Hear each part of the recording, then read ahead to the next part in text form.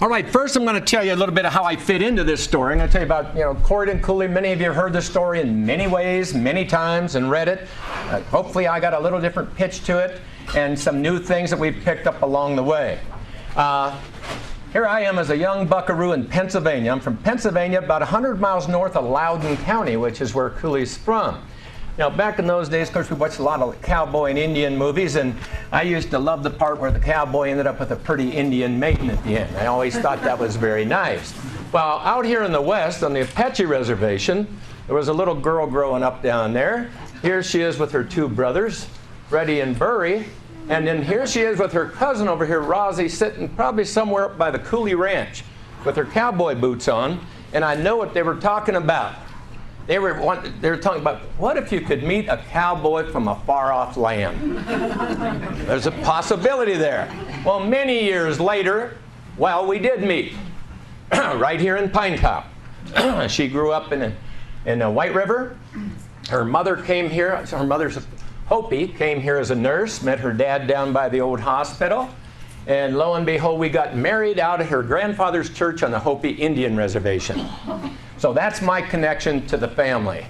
Now, we've looked for Cooley, lots of us in this room right here have gone out looking for Cooley.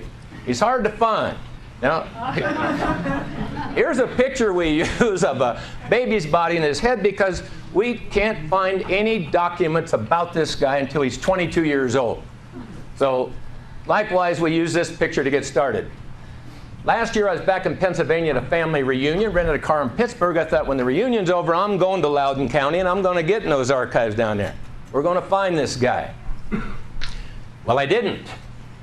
Got down there working with two archivists. I always thought it was archivists, but they let me know it was an archivist, so I had to be corrected. Anyhow, two of them and myself, we looked. We could find no record of Corydon Cooley in Loudoun County.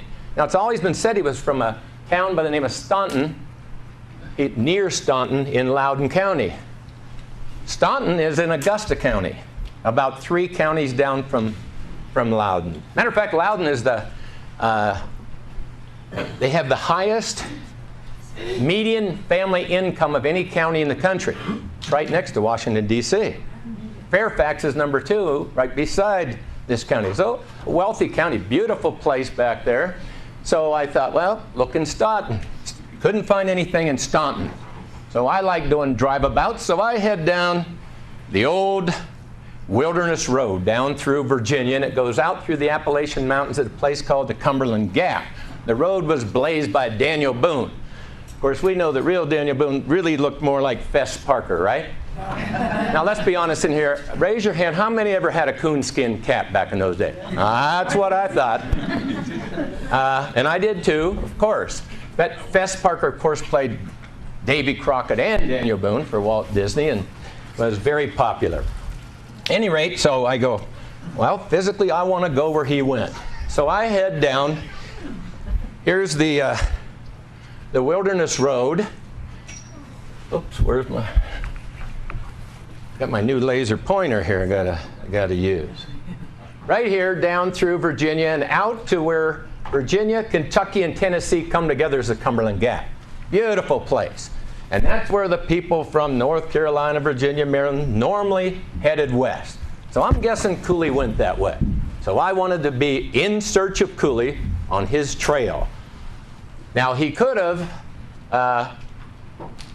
gone from the north side maybe, and this is called the National Road. But both of them head out here to one place, and it's Independence, Missouri, which is the beginning of the Santa Fe Trail and the Oregon Trail. So at this point, I rented the car in Pittsburgh, so I had to go back up this way. Matter of fact, I checked on taking it all the way to Arizona. They said, well, you can, but that's extra $2,500. I said, phew. So I decided I would go back up through Kentucky, and right up here is where Cooley supposedly went to college. It's always said he went to Bethany College. And other members of the family have checked on this through the years and said, well, they didn't keep records of people that didn't graduate in those days. So I thought, well, I'm going to go look anyhow. So up I go to the school, Bethany College. Beautiful little town.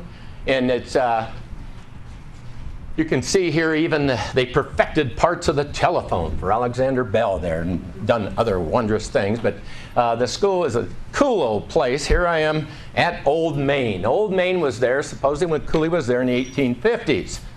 I happened to get there on a Saturday, so I was a little worried I might not be able to talk to the archivist. So I went to the library and the archivist was out. So they said, but go over to Old Main because the school historian has an office there. Went over, he was gone, but he'd be back in about an hour. I said, fine. I waited around. We got in his records. He said, if he ever went to school here, we'll find him. I said, what if he didn't graduate? He said, we'll have a record of him. I said, all right, let's look. We looked up through all his records, nothing there. He said, but I do have the key to the archives. So boom, we went over to the archives to try to find Cooley. Well, we once again did not find Cooley. We went through all the shelves, and we got to the shelves where the records would be for the time that Cooley went to school there, and there was a big sign, out to be digitized. He said, but don't worry. He said, when they come back in, we'll search it for you, and if we find Cooley, we will let you know. About 3 weeks later, got an email. Now I was excited. I thought, wow, it's from the school. After I read it, I was not so excited because they couldn't find Cooley. So where do we ever catch up with this guy? Well, on his way out west, he buys 320 acres in a town called Jackson, south of St. Louis, in St. Louis County. You even see it has the signature of the president, James Buchanan, down here at the bottom. The date is 1859, so I know Anthony's talked about this, Lonnie and I have talked about it. Probably the patent deed didn't clear till then. So probably 1856 is the date that they say he headed west. And by the way, whenever I headed west from Pennsylvania, it was 1956. 100 years later. He probably came in a horse, we came in a Studebaker. And we came in a Studebaker with one of those canvas bags hanging on the hood ornament. How many remember those? Well, you had to have water crossing that desert. So we came out in 56, so just 100 years later. Now, he took the Santa Fe Trail, probably. That's the route that, whoops, wrong direction, he took. And here's the Santa Fe Trail. Starts up here at Independence, Missouri. Where he bought the land was on the east side of Missouri. Independence is on the west side. The trail comes out through Kansas. The original route came, the mountain route came down this way, and then the Cimarron cutoff was used after that. There wasn't as much water, but it was faster. But there was more trouble with the Indians. So it would depend on what was going on at that time, which route they took. And he probably arrived in Santa Fe 1856. Now, Santa Fe was a pretty exciting place back then. Starting back in the 20s, we had mountain men like Kit Carson and Saran St. Vrain and other people that were out trading with the Mexicans, because the Mexicans got their independence in 1821 from the Spanish. But the old route was there. And then that route would continue from Santa Fe now going to the town of Santa Fe. Then the old Spanish road, the Camino Real, went all the way to Mexico City and actually over to Veracruz on the Gulf of Mexico. So we now had a trade route from New York City to Veracruz. Lots of goods traveled across this Santa Fe Trail. 1850, he kicks around there for a while. Whoops. Got ahead of myself. He kicks around in Santa Fe for a little while, and then 1858, there's a gold strike in Colorado. And most of the people came in 59, and they were called the 59ers. Much like the gold strike in California, it happened in 48, and everybody came in 49. So, any rate, it was also called Pike's Peak or Bust, named after a guy by the name of Zebulon Pike, who was out there in 1807 looking around for the government on what's out in this territory. He got a little too far south. He got arrested by the Spanish, taken to Mexico City he was down there for, I think, well over a year, and then he finally got turned loose, went home, and just in time to get home for the War of 1812 and got himself killed. But his name stuck. We have Pike's Peak, and that was a rallying cry for the gold strike. Now, this gold strike took place up by Cherry Creek. It's right in what is now Denver, and there was a town site there called Auraria that Cooley bought into. Kit Carson bought into. So he got to meet up with a lot of these old folks, and he actually ended up working for Saran St. Vrain in a store for a while. So he seems, from things that we see about him, he's an educated young man. We don't know if he went to Bethany, but obviously was educated somewhere. Very neat handwriting. Learned the store business. Was mining at the same time with some success. Actually, in 1860, in Auraria, which is now part of Denver, he helped build a church there, Episcopal church, which is called St. John's Church in the Wilderness, and it's still there. Matter of fact, Lonnie talked to him here. They had a big celebration a year or so ago, and he chatted with him. Well, 1860, something big happens in this country, the Civil War. Now, out in the West, the Civil War didn't mean the same thing as it did to the people in the East, but there's going to be a problem in the West that the New Mexicans and the Coloradans didn't like. The Texans form an army. They form an army to go in and take New Mexico, Colorado, maybe Nevada, and then all the way to California. When you have a war, you need money. So they wanted the gold fields. And they wanted to get over there. So a guy by the name of General Sibley puts together a force of Confederates, about 2,500 men. And he heads up from El Paso into New Mexico. Cooley joins up with the 2nd New Mexico Volunteers under a Colonel Pino. The 1st New Mexico Volunteers were led by St. Vrain and Kit Carson. Later, he would be transferred over to the 1st New Mexico Volunteers. Here is his oath of allegiance to his country. We got his military records, and so here he is swearing to stand by his country. And I think it's interesting over here. When you went in as an officer in those days, you had to buy your own stuff. So here's a receipt for his, I love this, Colts Navy revolver, holster, and screwdriver. Now, I don't know if they gave him a party easy or what, but what do you need a screwdriver for?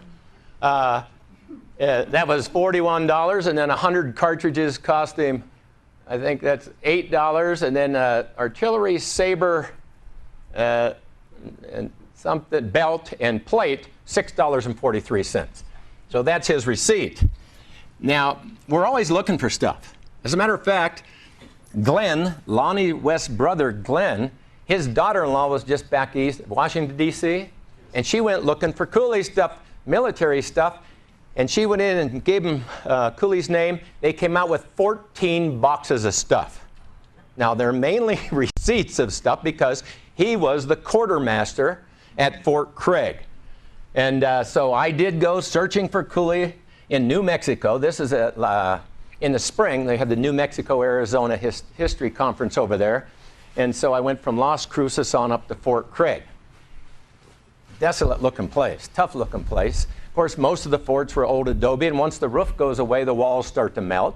So there's not a lot left there. But Cooley was the quartermaster there. When you're quartermaster, you have to sign for everything that comes in and out of that fort.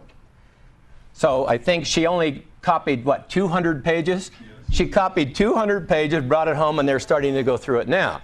So who knows, the next time I have one of these Cooley presentations, we'll have some more information on Cooley. I would love to get a picture of him when he was in the Army and New Mexico Volunteers. Now, in comes the Confederate Army, and they come in through El Paso. In fact, me, like Cooley, I was in the Army 2 years. Cooley was in about 2 years. He had been to El Paso, and that's where I took basic training. So at any rate, they're going to come up what is now I-25. It is the old Camino Real, and of course it follows the Rio Grande River. So the Confederate Army is coming up here. Cooley and the second Volunteers, as well as others, are stationed right here at, you see, Fort Craig right here. Well, just below there, Cooley and some other guys are out scouting a little, and they run into some Confederates while they're scouting, and some shooting takes place, and supposedly he gets the end of his nose seared. He gets it burned, and you'll see pictures of him. Many of you already seen it. You know, he had this little pug nose, so maybe he just told that story as a way to explain the shape of his nose. Other people say, well, he fell off a horse and And we'll see a picture of them later. Well, that could have happened too. So maybe both of them happened, none of them. You know, you never know for sure. He liked to tell stories. He was an Irishman. So he told many stories in many ways. Any rate, at San Marcial, there's a little battle there, skirmish actually, before they get up to the bigger battle. And Cooley and a Captain Corydon come up with a great idea. They didn't have artillery with them at the time. So they strapped, on 2 mules, they strapped 2 kegs of dynamite with a long fuse. They take the mules out there and they chase them towards the enemy line, and they're watching, and the mules take off, and then they make a U-turn, of course, to come back where they're from, and they take off running, and the mules did blow up, but before they got back to Cooley, I guess they took some razzing over that for the next few years, as you can imagine. Then there's a battle at Valverde. Now, right here is a big mesa. When I was over there, I took the picture of the one end of the mesa, because at this end is where the battle's going to take place. And it's at the river, there's a place called Valverde, and it's named also the Valverde Crossing. So the Confederate Army, they'd say, well, we'll come around the backside of the hill here. And they were trying to draw the troops out of the fort, because the troops, there wasn't much left over here, but there were a lot of groundworks. I couldn't believe the amount of digging those soldiers did and built up defenses with mounds of dirt. Huge diggings. Anyhow, the battle will take place here at Valverde Crossing. Pretty good battle. However, at the end of the day, the Confederates win the day. The Union Army pulls back into Fort Craig, which is back down this side of the river. So Confederates on the east side, Union Army on the west side, till they meet at the battle. At the end of the day, they pull back, and the Confederate Army says, well, that's fine. We'll keep heading right up the river, because what they needed was supplies. And the main supplies fort in the southwest was Fort Union, which was way up past Santa Fe, east of Santa Fe, and east of Las Vegas, New Mexico. So at any rate, in the meantime, the Union troops, they snipe at them along the way. And they keep nipping away at their supplies. Because if you're a big army and you run out of supplies, which many people have found out through the years, Napoleon and other people got strung out in Russia or whoever, you run out of supplies, you're in trouble. And we'll talk about that later with Crook, because he knew that you needed to have plenty of supplies. My paper blowing around here. Lost track. Hang in there.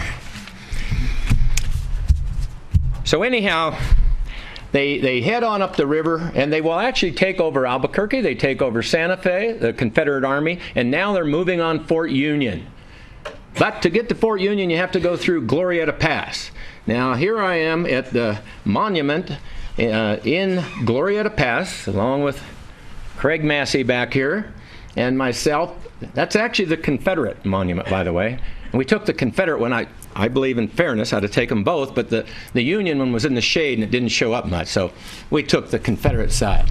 You can't read it anyhow, so. And again, they were looking for Fort Union. Now, the 2 little girls I showed you sitting in the woods talking about that cowboy coming here someday are standing right there. And that's Joanne and Rosie. They were both Amoses, now Thomas and Massey. But those are the 2 little girls that were sitting there talking about that cowboy from a far-off land. Now, at the battle itself, pretty big battle. It was the biggest battle of the Civil War in New Mexico. New Mexicans like to call it the Gettysburg of the West. Well, it didn't quite get that far. About 200 lives were lost, and I think at Gettysburg about 40,000 were. But at any rate, to the New Mexicans, this was their biggest battle, and the Union Army was doing fairly well. Then both sides got some reinforcements that came in. Then the Confederate Army started pushing the Union Army back out, and then a guy by the name of Major Shivington in the Colorado Volunteers, he goes around behind the Confederate Army and destroys all of their remaining supplies. Well, with that, you're out of supplies, and General Carleton's coming from California. And the Confederates go, I think it's time we get out of here. And they do. They'll head back down the trail again, and they come back down through El Paso and back to San Antonio and go off to fight the war in the east. Now, they lost a lot of people along the way through starvation and other things. I mean, they were in bad shape at that point. So So now with the end of the Confederate problem in New Mexico, many people will, the volunteers will go home. Cooley, in the meantime, has had some illnesses. He's had sick problems. He's been to sick calls several times. We have records of Lonnie and Anthony, I think, and many people have where he went. He couldn't serve that day because of an illness. We're not sure what it could be. During those times, they had a lot of problems, especially along these rivers, with malaria. They had trouble with tuberculosis back then. And when I was in Fort Craig, or at Fort Craig reading, they had a major problem with syphilis. So you go, wow, I don't know what it is, but after he gets out of the service, he puts in December of '62, to get out of the service, and it's not approved till March of '63. So at that time, he's at Fort Stanton, which is, Fort Stanton here you can see is just east of Fort Grant. Kit Carson and his troops were sent down there. They were having problems with the Mescalero Apaches. So they were sent down there. And there's another fort just west of here called Fort McLean that something happened that maybe it's related to this family and isn't. We're not sure, and we'll talk about that. Is Mangus Coloradus, whoops, going the wrong way. Mangus Coloradus was killed here in January of 1863. January 17th, I believe. And that was bad enough. He came in under our flag of truce and was supposedly tortured by some of the soldiers. And then when he objected vehemently, they said he tried to escape and killed him. That's bad enough, but they bury him, and 2 days later they dig him up and cut his head off. Bury the skin off of it and send it back east to be studied, because they said he was an impressive-looking man. And it looked like he had very broad forehead and broad chin. He was very tall. And so they sent it back to be studied. One book I read said that, and they found that he had more brain capacity than Daniel Webster. So I don't know, but of course you can imagine how the Apaches felt about that, and the Apache Wars went much stronger again. His son-in-law at the time, Cochise, of course, helped take on the battle. Mangus, by the way, his area was over around what is now Silver City, the headwaters of the Gila River. Cooley, now out of the service and ill, we're not sure with what, he will go to, up by Las Vegas, there's some hot springs there. And a guy has a house and he charges people to go there, and later the military buys this from him and puts a hospital there. And now there's a big old hotel there called the Montezuma Hotel. When we were over there, we were just over there a few weeks ago. We went to Fort Union and some of these other places, but we didn't stop at the hot springs. Kind of wish I would have, but we could only see so many things. So he ran this probably a couple years, 1863 to 65. In 1865, he got a little political. Actually, he was a delegate to the Union Party convention for San Miguel County. Las Vegas, New Mexico is in San Miguel County. Now, here's the coup that we had when we were over at New Mexico. I told some people about this. This is the youngest picture that we know of. And if somebody in this room has one younger than this, I want to know. This is Cooley in 1866. And this is Cooley, whoops, oh boy, this thing's touchy. This is Cooley with two Army officers. That's Colonel Carey and Major DeForest. So I called Lonnie. Lonnie, you got to look this up. See if he knew these guys. Well, lo and behold, Cooley and Colonel Carey had a mining operation together. They had bought the Ramirez land grant in San Miguel County. Now, does anybody know of a picture younger than this? He's 30 years old. It's the only one I've ever seen where his hair wasn't gray. His chin whiskers and everything. So we're pretty happy we got this. I got it from the Palace of the Governors in New Mexico, with the museum and archives over there. So we're pretty excited about that. Now, again, he kicks around mining in Mexico, getting a little political. He goes up into Colorado and does a lot of mining. As a matter of fact, we just got a newspaper article where Cooley had written him a letter. It had been reported, well, around 1868 or 9 that he'd gotten killed and scalped by the Indians. And later he'll write a letter saying, I'm alive and well, and I have it here. I'll read you part of it because it's kind of funny. But he really got around. He was up as far as a place called Baker's Park, which is now called Silverton, Colorado. Also over by Ouray. As a matter of fact, many of you have probably driven that highway and they call it the $1 Million Highway.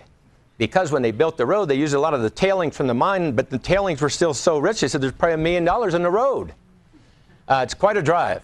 Take it. It's beautiful. A little scary in places, but it's a beautiful drive. So I've been up through there, of course, in search of Cooley, and just the beauty of it also, of course. Now, he'd heard many stories around Colorado and New Mexico, and there was this guy, a doctor, that told stories about this lost gold. His name was Doc Thorne. Now, there are many different stories about Doc Thorne's gold, but it was somewhere where he had lived with the Apaches over around the Salt River Canyon or somewhere. And so he'd tell people this story, and Cooley he kind of believed this story. And he was wanting to get into Arizona. By the way, Arizona became a territory in 1863. So before this, it was all New Mexico. At any rate, so he's going to head over there and get this gold with a couple other guys. A guy named Dodd and a guy named Banta. Dodd had mined with him up in Colorado and around for a while. Banta was he liked adventure. As a matter of fact, I read something that Joe Baeza said. She said Cooley just kind of had a hankering for adventure.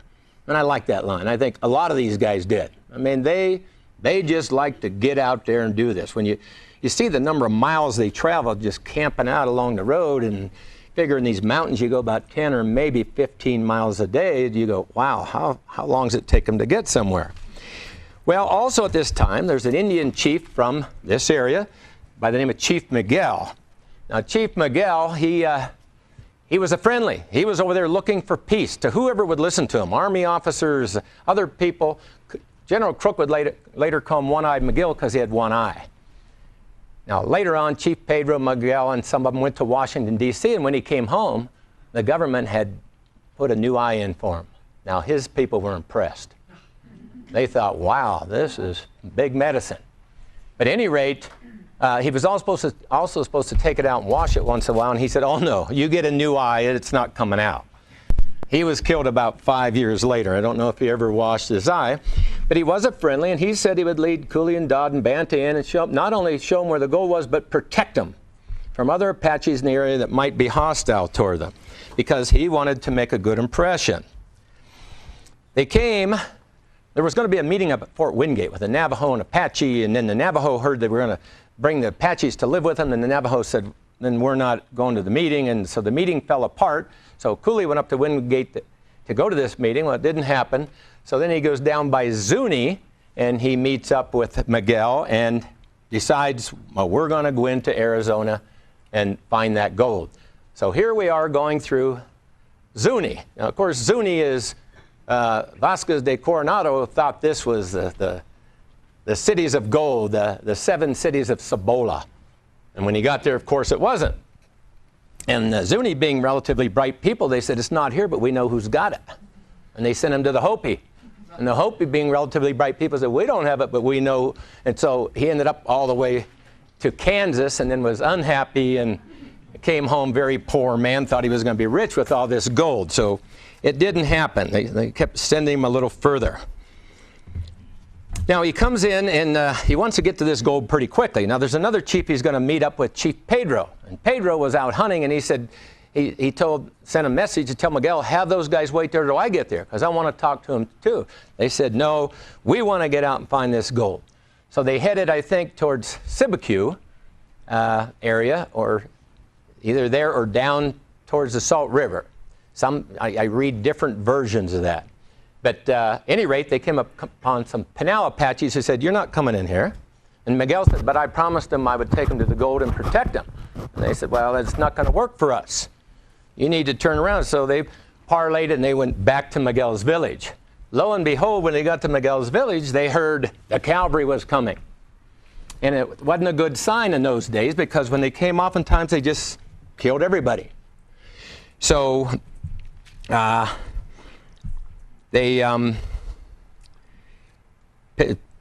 Cooley talks to him. There's different stories on this one too. One of them is that one of the guys with Captain Barry, who was sent up by Major Greene, there was a guy with Captain Barry who knew Cooley from the Civil War. He goes, no, this guy's honest. He's, they're mining, because they thought they were there maybe selling them whiskey, weapons, or ammunition. And there's other stories that were going to hang him. And Banta says he talked him out of it. So you don't know who's telling the whole truth, nothing but the truth here. But at any rate, they didn't get arrested. And then later, Cooley, with Major Greene, supposedly helped choose the site for Fort Apache. Now, Cooley then will, of course, meet Pedro. Matter of fact, he's going to marry one of Pedro's daughters. He's going to marry two of his daughters. So he will later marry, as many of you know in this room, Molly and Cora. But in the meantime, before he settles down here, he thinks, we can still get this gold. So he and Dodd go to Prescott. They get 30 guys there, talk them into going along. Some pretty interesting people. A.P.K. Safford became governor of Arizona. I forget some of the other names, but some other relatively important people. Cooley goes on to Wickenburg, gets another 30. Now they're going to join up down at Fort Reno, which is, I've been to Fort Reno. It was only there a few years. It's just west of what is now Roosevelt Lake. And Cooley goes down through Phoenix and up. The other group comes down through probably the Verde Way. While he's in Phoenix, he stays with a guy by the name of Jack Swilling. Now, many of you know Jack Swilling. Said he stayed at Jack Swilling's ranch. It's in Phoenix by 40th Street in Washington, or was. Jack Swilling is the father of Phoenix. Jack Swilling started the Salt River Valley Users Association, which is now SRP. How many worked for SRP in here before? Craig, the only one. Craig and his son works there now, but he's given credit for that. And his friend, guy by the name of Darrell Dupa, named Phoenix. Because Phoenix, I don't know how you think these two names sound. The first name for Phoenix was Pumpkin City, because the Indians grew pumpkins there. And then the new name, Phoenix. Well, they thought about it and they said, Phoenix sounds better than Pumpkin City. So it changed from Pumpkin City to Phoenix because of the Phoenix bird arising from its own ashes, and there'd been a great civilization there, and a new one would grow out there someday. And of course, it did. Now, I told you about they didn't find gold. As a matter of fact, I go in search of Cooley up Cherry Creek. I went from the Roosevelt Lakeside, my little 4x4 Nissan, and I'm going to go find this guy or where he's been and see that Sombrero Peak, because whenever Doc Thorne was led to the gold, they told him he couldn't look. They blindfolded him, but he just snuck a peek and saw this mountain that looked like a sombrero. And down it, I called Anthony about it before. How do you get there? He said, we can go from Sibicu, but that's mighty rough. The way I went in was also mighty rough. So we never did get all the way to the peak, because I'll show you the way it got and what happened. The reason they needed so many men, because they knew we were going to fight the Indians while some of the other guys mined. Here's the way the cliffs look up in there. Now, it's beautiful country, but it's tough going. Now, right here, there is a real nice cliff dwelling. We didn't go up to that because we were there looking for Cooley and Sombrero Peak. But here's what took place. They said the soldiers, that the first day went pretty well. They were panning along the stream looking for gold, and everything was relatively quiet. The next day, all hell broke loose, and rocks started come flying down from up here. The Apaches were throwing rocks down on them. And they said they were out of rifle range, so they couldn't shoot them. And they said they had an unlimited supply of natives' ammunition. So they quit mining that day, and they went back to their camp, and then went on to further up the Salt River and stuff, and never did find Doc Thorne's gold. Nobody ever has. Did it ever exist, or is it another one of those stories? Who knows? Then they head back to Prescott and other places, and Cooley goes back to Colorado. Here's what gets me, the distances they travel. This is, you can see from the Weekly New Mexican, but I love the first sentence here where the paper had published a year before this that he had gotten scalped, and he said, I still live in hope, con el favor de Dios, with the favor of God, to enjoy many ballets, many dances at Peter's before shuttling off this mortal soul. Cooley, everywhere in Arizona, New Mexico, everywhere, you read at the bottom, this historian said Cooley was always a favorite of the Santa Fe New Mexican. Well, he was a favorite of many of the newspapers here, too. They loved the guy. It seemed like no matter where he went, he made friends. As a matter of fact, another article in the New Mexican I read when I was over there said that, what is this guy? Is he a medicine man or something? He goes over there where most white guys are getting killed, and he makes friends with everybody. Matter of fact, he ends up marrying into the tribe, of course. So he's just always an interesting character. Now, after this, then he goes back to Arizona. He was drawn back to the White Mountains. He loved the White Mountains. Now here's a picture of Cooley, top left, the way he usually looks with the gray chin hair and stuff. That's why we're happy to have found the one picture. This one, they say, was from 1872, so only 6 years later. He didn't age well. But he had tough goings. This is Cooley. Whoops. Come on. I can do this. This is Cooley up here at the top left, of course. The guy in the middle right, that's Captain Randall. He was head of the Apache Scouts.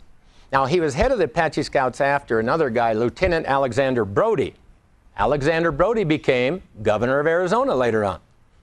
So Cooley worked with and knew lots of people that became governors and generals, and we're not sure. There are two Indian girls here, and there's always speculation maybe that could have been Molly and Cora. There are no pictures of them when they were young. So the two Indian girls, we don't know, nor do I have names of the other Apaches there.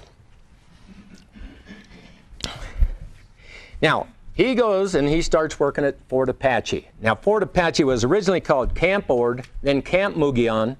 Mugion's a name that came from a New Mexico governor in 1700, excuse me. Then it was Camp Thomas. And then it became Camp Apache, then Fort Apache. Once it's you have the buildings built and everything, it becomes a fort. Some places take the camp back, like Camp Verde. It was a fort, still is a fort, but they took back the old name whenever they got a town. Now Cooley, he starts farming northeast of Fort Apache, up by Diamond Creek. How many have been to Diamond Creek? There's a fish hatchery up there, beautiful little area. My wife's family used to picnic up there a great deal. And he started farming up there.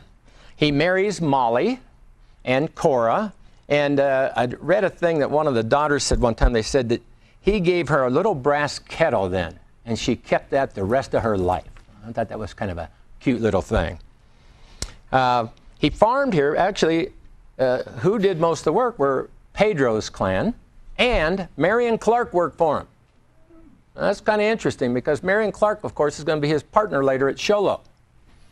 So he worked there for a while, then headed out. During this time, he gets involved with the winter campaign of 1872-73.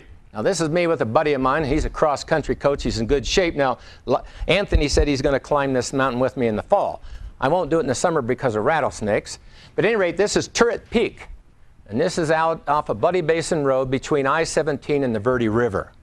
And a battle took place up there. Battle or massacre, depending how you describe the thing. But these were Yavapais they went after. And in this battle and other battles in 1872, Alchese earned his Medal of Honor. The high school down here in White River, of course, is Alchese High School. And I think his medal used to be there in a glass case, and somebody swiped it, right? So it went missing for a while. I'm not sure if it's back or not. But Alchese, a very impressive-looking guy. They said he was very bright. He was a sergeant leader for the Apaches. Now, the Apache Scouts were in the military. Cooley was lead civilian contractor over the Apache Scouts.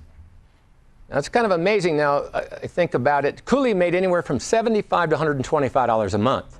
A sergeant at that time made $15 a month. Al Sieber was another one. He was over at Fort Verde, and they made good money. Now, I've read some things about this where sometimes some of the officers get a little jealous about that. Now, I don't know what the top officers made, but that much more than a sergeant was surprising. Anyhow, Alchese and several other Apaches actually won the Congressional Medal of Honor. You go to the state capitol, there's a big pyramid down there with a plaque on it, and it has all the names of the Congressional Medal of Honor winners. During this time, he sent out, of course, here comes this part of the story, he sent out to blaze a new wagon road for Crook. Sieber's going to come from Camp Verde. Cooley and Dodd will work from Fort Apache over across the Rim Country. It's now called Rim Road or FR 300. Lots of you probably camped up there. Beautiful country. At any rate, he saw some land where Show Low now is, and he told Dodd, hey, I'm going to have me a farm there. But Marion Clark had already gotten there. Now, he had a little thing going. It wasn't much. In the beginning, their homes were very basic dwellings. But after they blazed the road, and then Cooley is going to move his family up to this area in 1873. Before they move up, Bell's born. Bell's born down at Diamondback. Bell Crook Cooley, named her after General Crook. In her later years, she said, that's not a woman's name. I'm Belle Lucille Cooley. So she changed her name to Belle Lucille, lived till 1966, died, matter of fact, in Glendale, Arizona. My wife and her family, they all come through Bell. And we'll show you a picture of that later.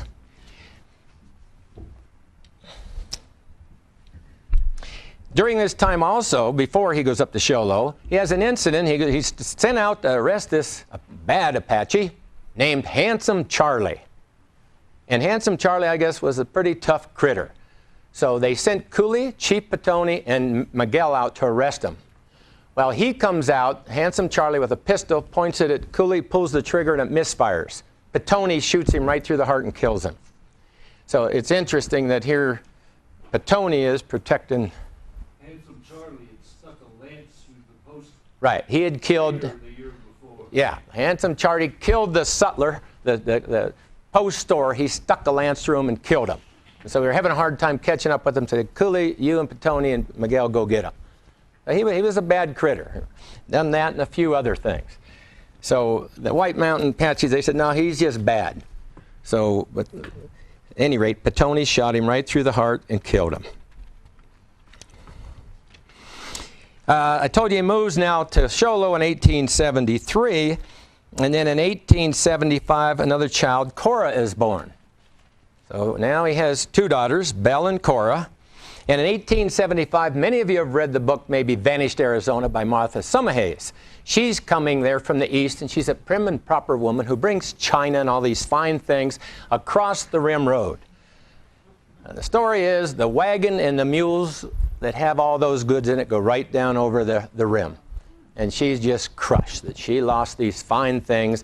And then they go and they stay at the Cooley house in Show Low. And not called Show Low yet, at the ranch.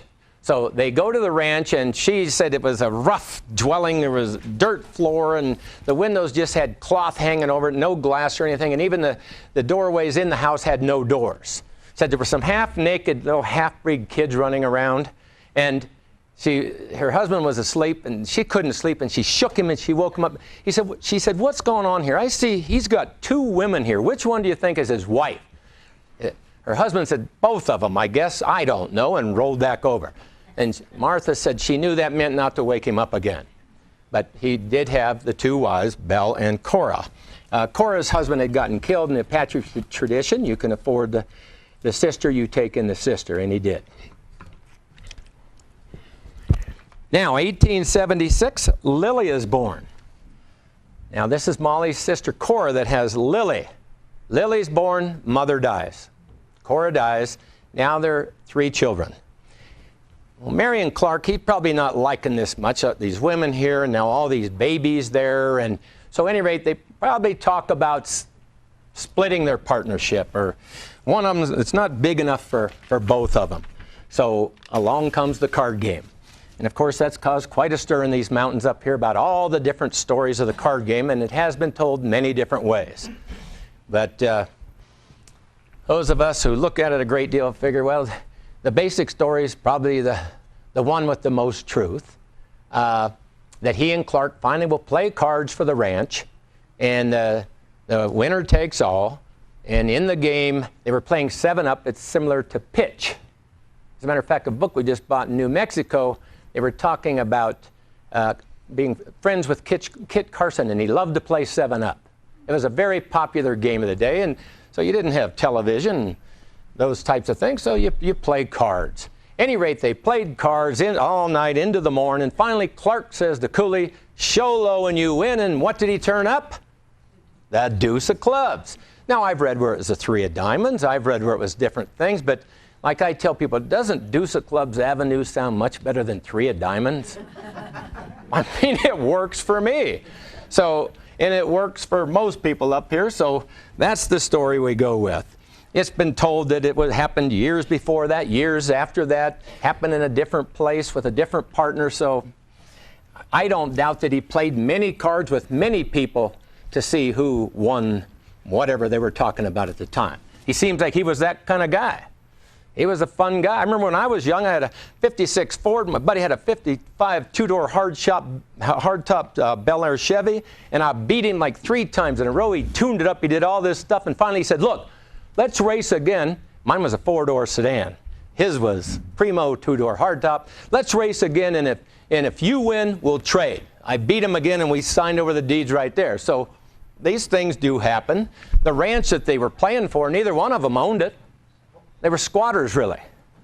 He wouldn't get a patent deed to that property till he sold it to Unig in 1888. So, you know, in those days, you just moved on the land, started farming. Also during that time, the first white baby was born in the White Mountains, to David Adams. He was a Mormon that came in early, and he wrote that if it wouldn't have been for Molly Cooley, he would have lost wife and child. That she worked with a lot of women. She was a midwife, helped them have their babies. And his name was Lind. Likewise, Linden, out just west of Show Low, is named after Lind Adams. Also, the father, David, he and Alfred Clough rented some land from Cooley and farmed, and they were using one of his ox.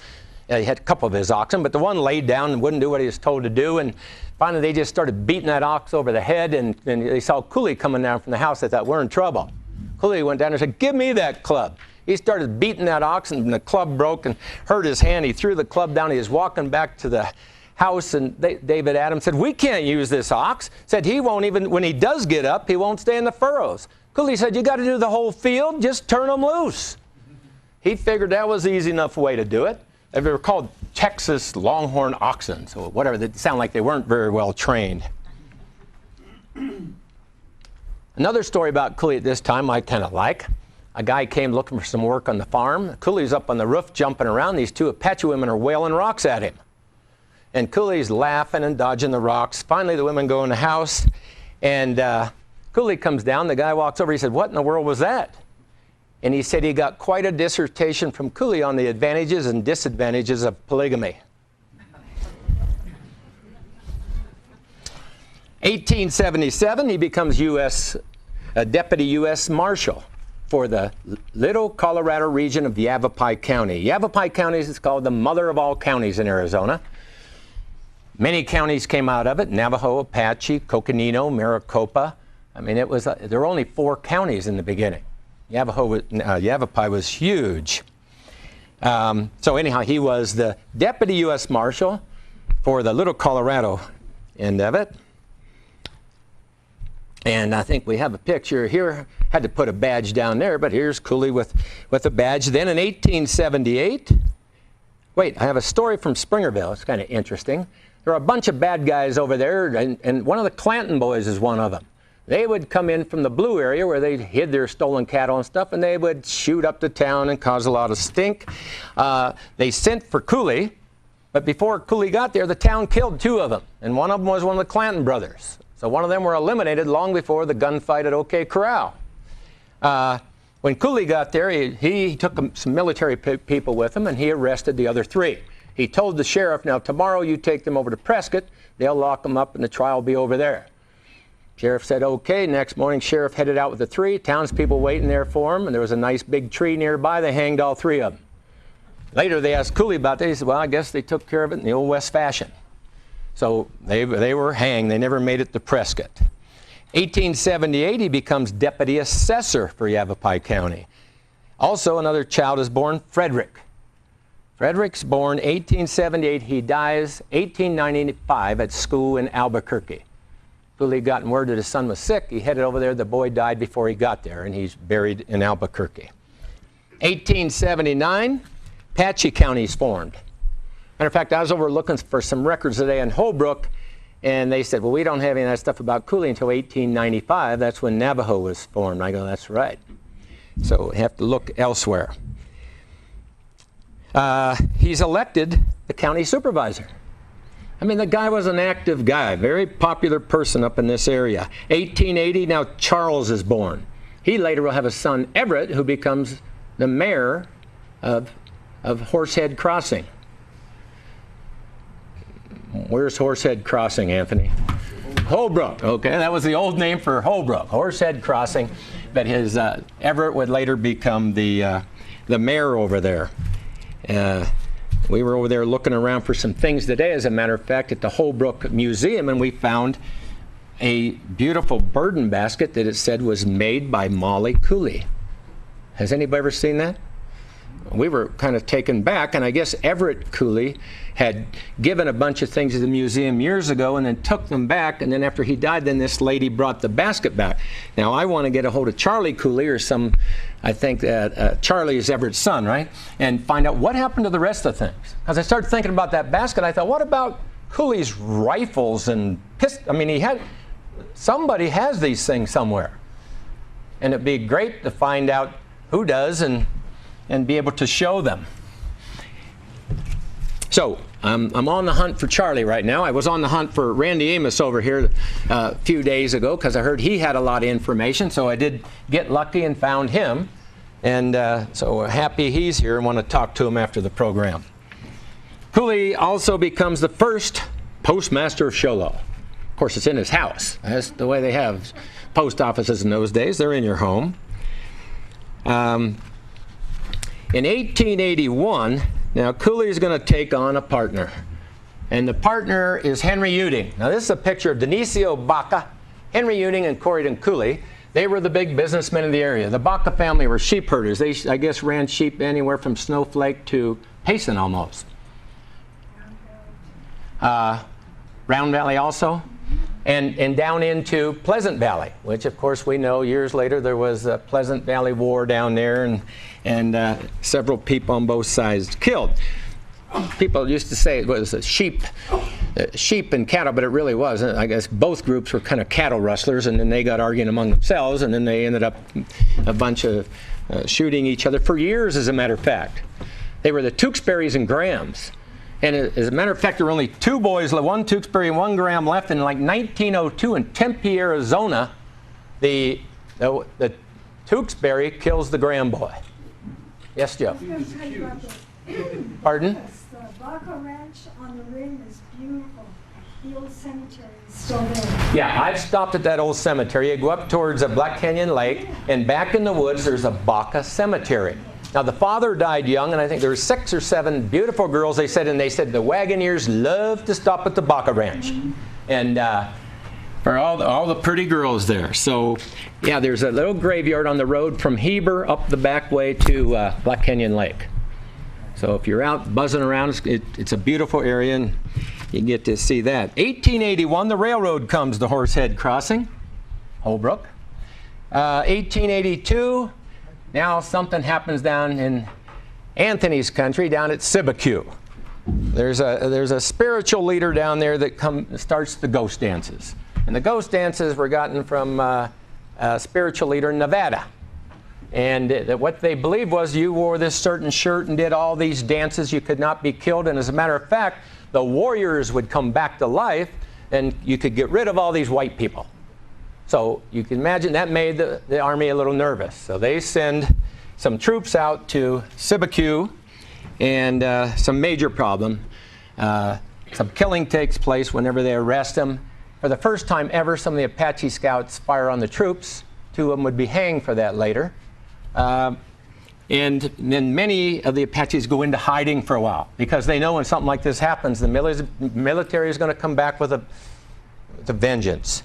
And so they head out in the hills. They bring Crook back at this time. Crook was here 72, 73. Then he went up to the Dakotas, and now they bring him back. Matter of fact, Crook had troops advancing on Little Bighorn, but Custer wouldn't wait for him. Custer wanted to be the star, and he went raging in there and got himself killed. And General Crook's column didn't have time to get up there. Anyhow, he's brought back in there. Arizona. The Apaches were quite happy. They liked Crook. They said, Crook says what he means. And Crook told him when he went there before, he said, here's the way it is. He said, I will protect you on this reservation, and I won't let the whites off the regiment fringe on your land, but you need to come into the fort.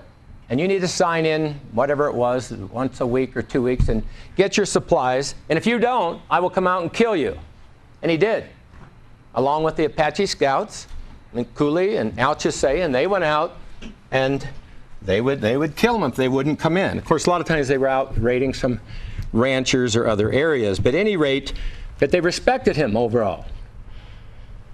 So when he came back, many of the Indians, they wanted to talk to him. They didn't trust what was going on here. They said, you need to come back. At this time, by the way, Cooley moves his family back down to the fort, too, for safety.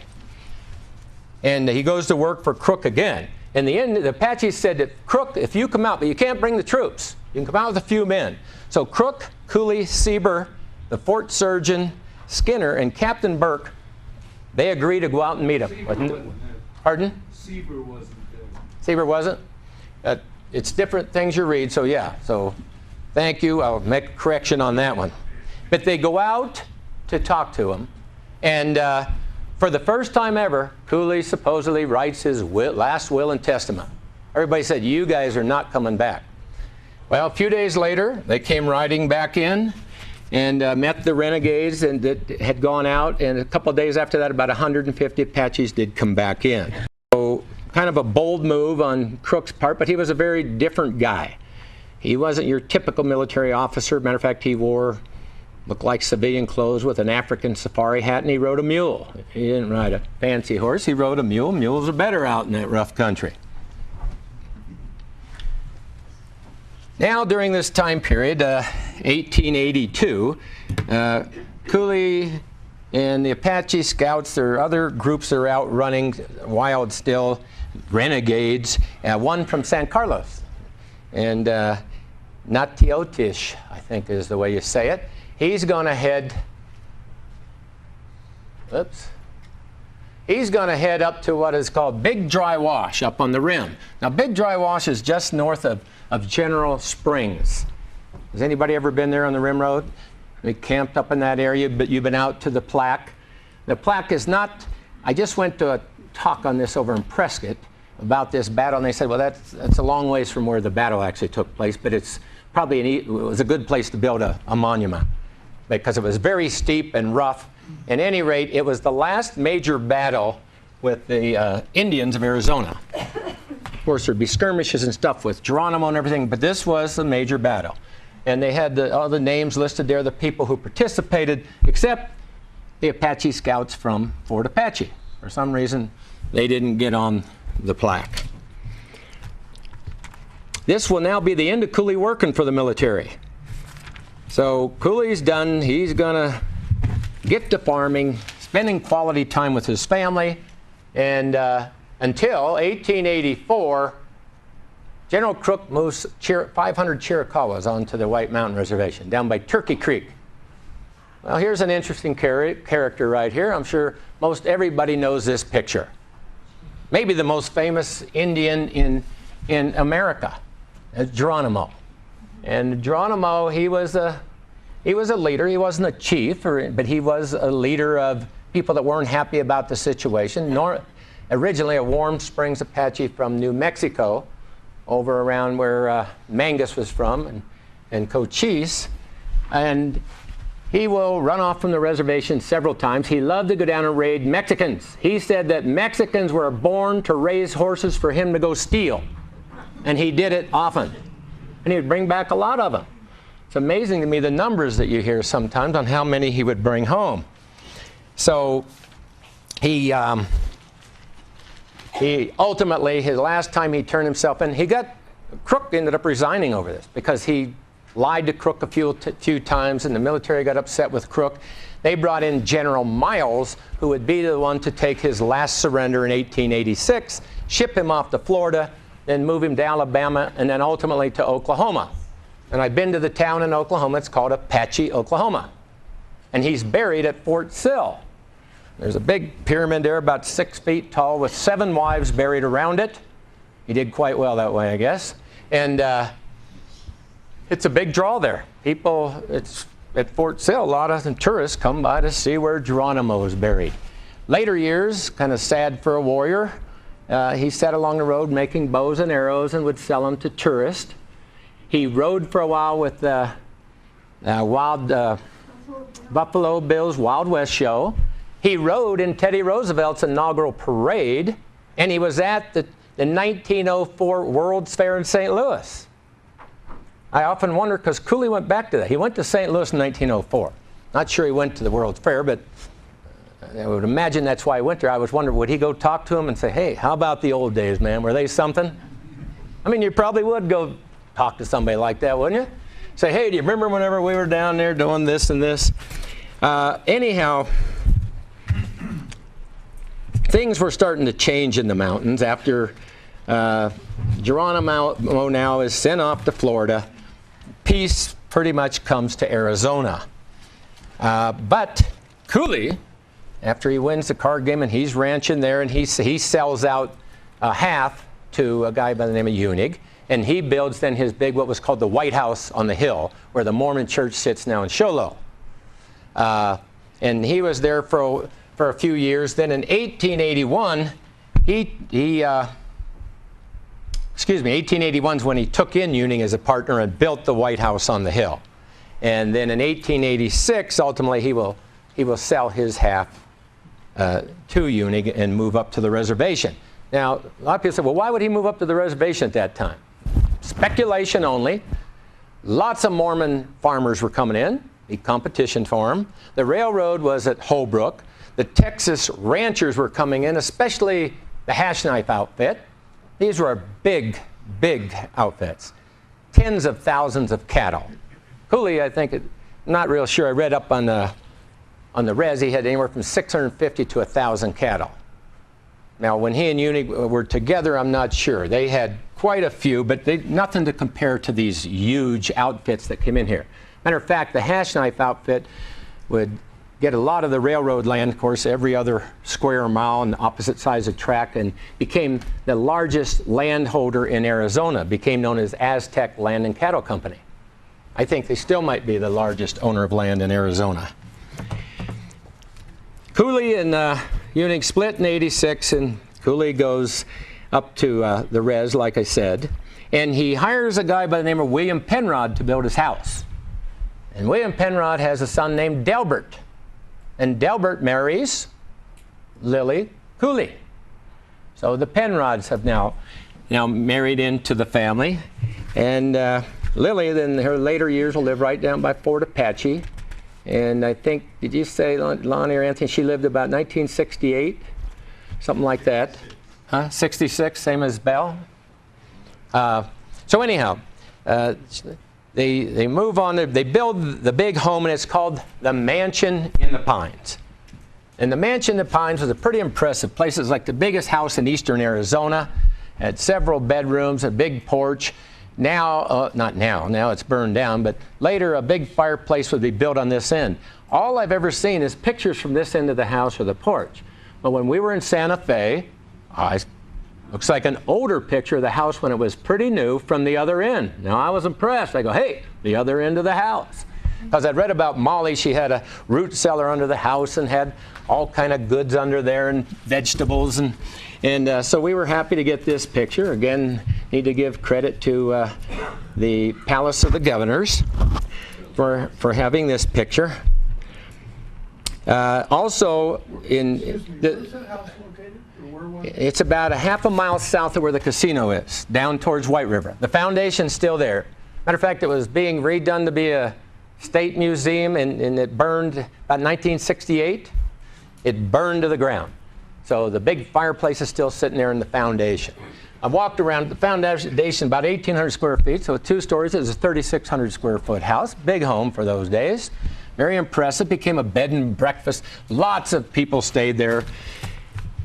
Former generals and future governors, and Charlotte Hall, the first state historian of our state, stayed there and wrote a poem to Cooley.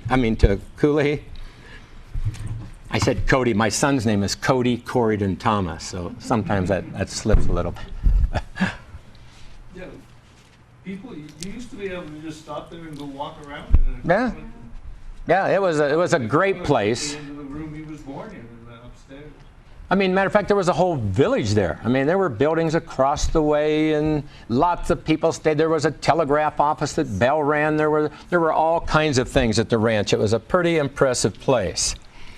1891, Corydon Carlton is born, and then 1892, Bert's born. He is the 7th child. Cooley now is also appointed the Apache County Notary. That's his last government appointment. He's now 56 years old now. He's done with the government jobs and just a rancher and a family man. And even Mormons that had a hard time with him over the Forestdale affair down here by Sholo said he was always a great family man. He was a good family guy. At the Cooley Ranch, I told you the one son died in Albuquerque away at school. Cooley then put a school at the ranch. He also helped start the first school for the kids down in White River. One thing I read that family members wrote about the place, they loved the dances they had out there. They said that William or John Penrod would come by and start playing his fiddle. Pretty soon they would have a big dance going, military people, wagoneers, whoever. They had lots of fun. They had great memories of the ranch house. And of course it was a bed and breakfast type place for years. Lonnie, I think Randy was with them. They went down to the University of Arizona, saw, have you been down to it, Anthony? The leather-bound guest book, where all these signatures are in there from a great deal of people who, some were just fun, but they all said, most all of them said one thing: we love Cooley's stories. Boy, he can tell a story. Now, they didn't say they were all true. He just said he was a good storyteller. So he was a fun guy. They all liked him. Plus, whenever important people came, he would ride out to where now the Williams Fish Hatchery is and catch a bunch of trout. And he would have turkey and trout and venison. And they said, you can't do better eating than you can at the Cooley place. And Molly, they said, became a great cook and was a great hostess. Now, also, 1893, another child is born, Ernestine. She only lives 3 years. She dies in 1896. At the ranch, Cooley had all kinds of rabbits, chickens, pigeons, turkey. We'll talk about the one turkey in a bit. I learned a little story from Anthony the other day. And whenever we were in New Mexico, in Santa Fe, here's a picture I never saw. Cooley, on the back of it, it said with his half-breed daughters and some other women we don't know, but notice the turkey over here. Well, Cooley had turkey, and I guess this one turkey attacked people, and it would attack Cooley. Cooley grabbed it by the neck and give it a toss. Well, one day he grabbed it too hard and broke its neck and killed it. And there was an article in the Holbrook Argus newspaper, "We lost Dick the Turk today." So that was big news that Dick the Turk didn't make it. Kind of a... Pardon? Front page of the Holbrook Argus newspaper, 1905. You hear that? Front page. Dick the Turk. He went down today. Another story I like about this time, well, a couple of them. One is in, there's another one. This is Bert, the one son. We think it's Bert. We're not sure, but I think so. Quite striking-looking cowboys. Good-looking kids. Let me back up here a little bit. On the wrong way on you again. The second picture of Cooley sitting on the stump there with his daughters. My wife and Rosie loved that picture, so trying to figure out who was who, but we think that it was just that Cora and Lily. These two ladies, we're not sure who they are. So maybe if somebody in here has family photos, they can help us on that one. Here's Cooley sitting there with his dog and his rifle. Now I started thinking about what happened to his rifles. See, the young guys would want those. They have them somewhere. Again, back to Bert and the girls, pretty girls.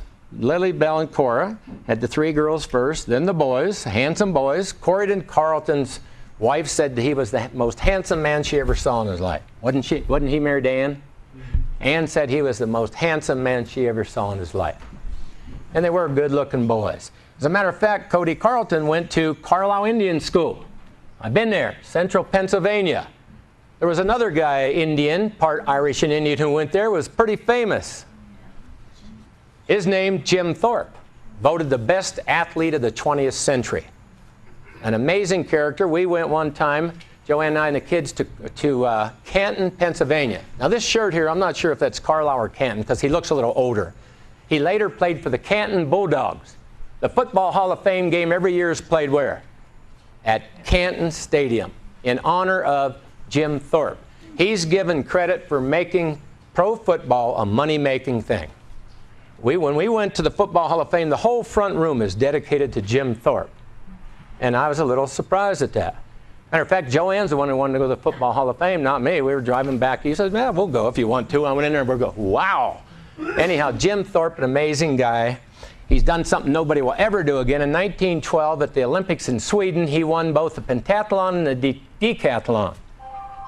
The reason nobody will ever do it, you get a timeout, 2 minutes. I'm an old school administrator, you know. He won them both, and nobody will ever do it again because they don't have the pentathlon anymore, only the decathlon. But amazing, amazing athlete, and kind of like Cooley was a fun guy. He was always, even out in the football field, he would, many of you have probably read the Jim Thorpe story, but he used to kid the other guys on the other side. "Hey, don't hurt old Jim here. Don't you hit old Jim pretty hard." They said, then we'd lighten up a little and he'd run for a touchdown. Just made us mad as could be. But interesting character. Now in 1911, Cooley has a stroke. Here's a picture of Cooley and Molly after a stroke in 1911. It's a paralytic stroke. So he doesn't get around after that. He's in a chair. When they carry him in the house, I guess they carried him in on the chair. But they said he still was fun, witty, and he's happy. But he couldn't get around like he used to. However, in 1916, the Apache Scouts are going on a punitive expedition to Mexico after who? Pancho Villa. But before they go down to Fort Huachuca to report in, they come up to pay homage to Cooley. And it said even though his mind was off and on, that day he shook every one of their hands and called them by name. So kind of a nice story. I hope it's a true one. So, but these aren't the scouts here probably, but it didn't matter who would just come up and hang around the ranch with him. He was just a fun guy to hang around with. So it didn't matter who you were. He dies March 18th, 1917. You say, well, Clark, that's not what that says. That's his marker down here at Fort Apache, and it's the wrong date. And nobody's ever fixed it. I've often thought somebody's got to organize the family one of these. Everybody pitch in $20 or something and get a new plate put on there. So it's March 18th, 1917, Cooley dies. At that time, Molly simply says, "I lost my Cooley." And I guess she told the family her time was done. But actually, she would live a little longer. By the way, the last salute for Cooley was done by the Buffalo soldiers stationed at Fort Apache. Later would be stationed at Fort Huachuca. And as a matter of fact, the guy who headed up the punitive expedition against Pancho Villa was General John Pershing. And he had led the Buffalo troops in the Spanish-American War and picked up a nickname.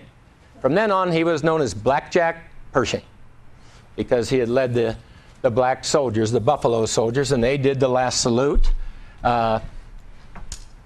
Reverend Edgar Gunther did the funeral, the Holbrook newspaper said. So many of you knew his son, maybe him. How many knew Edgar? Not anybody old enough in this room? You did? Oh. So yeah, that goes back a ways. I mentioned Charlotte Hall. She did stay at the Cooley Mansion and write a nice poem about him. She was the first woman appointed to any state position in the state of Arizona, and it was the state historian. Now, Molly spends her days surrounded by family. To me, again, I said in the last talk I gave, Cooley's legacy is family. And a show of hands in this room, how many people are descendants of Corydon Cooley? You look around the room, there are a whole bunch. The family thing, there are tons of families still in these mountains, in the valley, in the west, several in Oklahoma, Utah, all over. So that's his legacy. He was a family man. The family supported Molly, was around the ranch a great deal. Here's a picture that's oftentimes shown, the dinner on the porch, where the family is there with Molly. And here is somebody in this room, one person in this room here. This is Belle Crook Lucille Cooley Amos, because she married Abraham Lincoln Amos. Abraham Lincoln Amos, the Amoses came up here sheep herders originally, and my wife's family comes from Paul Amos, and some of you probably knew Paul Amos, and we had a the far right? Sorry, I was one off. He was the second born. So the far right is Paul Amos. And the little girl here is Elsie Amos. Now, Elsie Amos is the mother of a person in this room. Lonnie Amos right back here, that's his mother, Elsie. So, again, I think the importance of family and still being around, supporting one another. Now, here is little Lonnie. I jokingly call him the missing link, because he's younger than Joanne, my wife, and he's a great-grandson, where Joanne's a great-great. I go, well, how'd that happen? Of course, Elsie was born late in the family. Then his mother had him at what age? 46. 46 years old. So little Lonnie here, you look at him now, looks a little different. He got some chin hair, but other than that, I think he has the same shirt on. Look at that. And his sister and brother, I think most all live in the valley now, huh? And they still have a ranch down on the reservation, not too far from Forestdale. And when his bloodline is gone, then the ranch is gone and it goes back to the tribe. Now, Cooley, he liked education. Well, we were at Alchesay High School graduation last year. Here are a couple Amos boys, Quadri Amos. His grandparents, Burry and Vina, my wife's brother. And this is JT. JT is Sharky's. Many of you know Sharky. That's Sharky's boy. They graduated last year. I think Cooley would be very proud of that. In this talk, I tell where Cooley has been, or where he's from, where he has been, and where he is. Well, where he is still here. He's here in all these people. Here's a talk I did down at in Phoenix on Cooley. And this is Jimmy Gilbert. Jimmy Gilbert is his mother's Gertrude, right? Gertrude, and his father was a Hopi. He's like my wife. He's part Hopi, part Apache, and part white from Cooley. His wife, Emily, is Chickasaw, Cherokee, and then she fessed up at this meeting to me, there's a little bit of Dutch. I go, wow, I never knew that. So a real mixture of folks. Paul Barrett, he named his son Mangus, because I forgot to tell that little part of the story, but I'll tell it here. When you see this picture, this is Wayne Amos. Now, does he look like a warrior? This boy works up here in the res. He's 6'6". This is in Afghanistan. He was sent over to Afghanistan once and to Iraq. And when they talk about Mangus Coloradus being tall, broad forehead, broad chin, I look at him and I go, looks similar. Well, the story, one of the stories is that Mangus married a captive Mexican girl. Now, some of the other his other warriors didn't, the brothers of sisters he was married to didn't like that, and he gave each one of them a chance to fight him, and he whipped them all. And then he had kids with the Mexican wife. And one of those daughters supposedly married a Cayetero chief. Some say it was Pedro. Now, we haven't proven that. Good news is Anthony has given some DNA. And when I was over at Fort McLean, I talked to, all this there now is a house, and it was only the foundation was part of the fort, they said. But every fall, I forget if it was August or September, Mangus's descendants come there to honor him. And I thought, what if we could find, Anthony said it needs to be a girl direct, but I don't know, I don't understand DNA that well, but wouldn't it be cool to get that matched up and see if some of the height in this family, we have another young man over here, it's about 6'3", Jimmy Palmer. I mean, there's some height in the family, and you go, wow, he was known as a very tall man. The DNA match might be possible, but less conclusive, is my understanding. Yeah. Well, if it's close, I'll make it. Male to female to female to female, or male to male to male to male. Yeah. It's pretty conclusive. But when it's mixed, then it's much more difficult. Takes longer, but you can match up. Yeah. Did you hear that in the back of the room? It's tougher, but if it's direct lines of female, and Anthony is direct line male of Cooley, well, then you could get it matched up. The problem would be the direct line female, as you mentioned, that it's. You'd have to have a female, so it'd have to be a Penrod, an Amos, right. And there's only one Amos, right, Elsie? So it'd have to be one of her daughters and daughter like that. Yes, ma'am. Have a daughter of Tom right here. Well, Yeah, we need a daughter of Mangus, Colorado, one of his people further back, I think, right? You'd have to have, yeah, it has to be continuous female or continuous. Yeah, continuous female.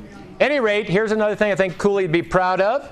Here's the young man I just mentioned that's 6'3", tall young man. He's now the tribal attorney down there. Cooley would be proud of that, I think, education goes. This is the Undy 5000 we get in honor of his mother, and Lee, and Mindy is over here. Chadine Palmer. And we do that every year in honor of her, and you'll see many of the Flatlander Amos clan and others down here. I said we have some that live in Oklahoma and Utah and all over, and right here you'll see Paul Barrett's son named Mangus. Well, the Mangus was our name was put in there, so maybe one day when we get that DNA thing done, it might prove to be so. With that, it's the end of my presentation. That is yours truly, Corydon Cooley. Thank you for your time.